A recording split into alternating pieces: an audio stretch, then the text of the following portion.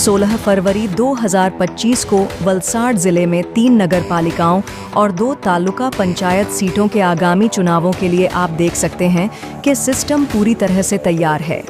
चुनाव प्रक्रिया को सुरक्षित और निष्पक्ष तरीके से संपन्न कराने के लिए 890 मतदान कर्मचारी और 346 पुलिसकर्मियों को नियुक्त किया गया है।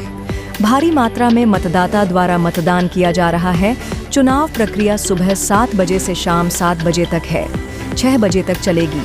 वलसाड़ नगर पालिका की 7 सीटें निर्विरोध घोषित की गई हैं, जिसमें वार्ड नंबर 8 की 4 सीटें, वार्ड नंबर 9 में से 1 एवं वार्ड नंबर 10 की 2 सीटें शामिल हैं।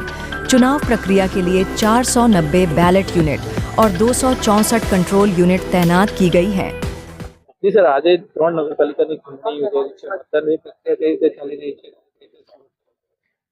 સમગ્ર વલસાડ જિલ્લામાં પારડી નગરપાલિકા, ધરમપુર નગરપાલિકા અને વલસાડ નગરપાલિકા સાથે સાથે તાલુકા પંચાયતના 3 પ્લેસ ઉપર ચૂંટણી ચાલી રહી છે।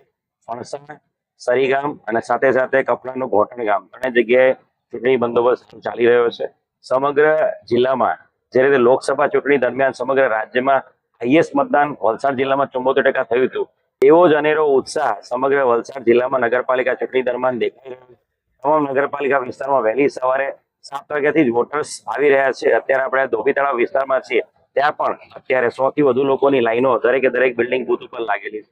સમગ્ર જિલ્લામાં આ અનુસંધાને તમામ નગરપાલિકાના જે વિસ્તારો છે ત્યાં બંદોબસ્ત લગાવવામાં આવેલો છે। તમામ જે પણ બિલ્ડિંગો છે એની ઉપર દરેકે દરેક બિલ્ડિંગ ઉપર જે બૂથ છે એની પર બંદોબસ્ત મૂકવામાં આવ્યો છે।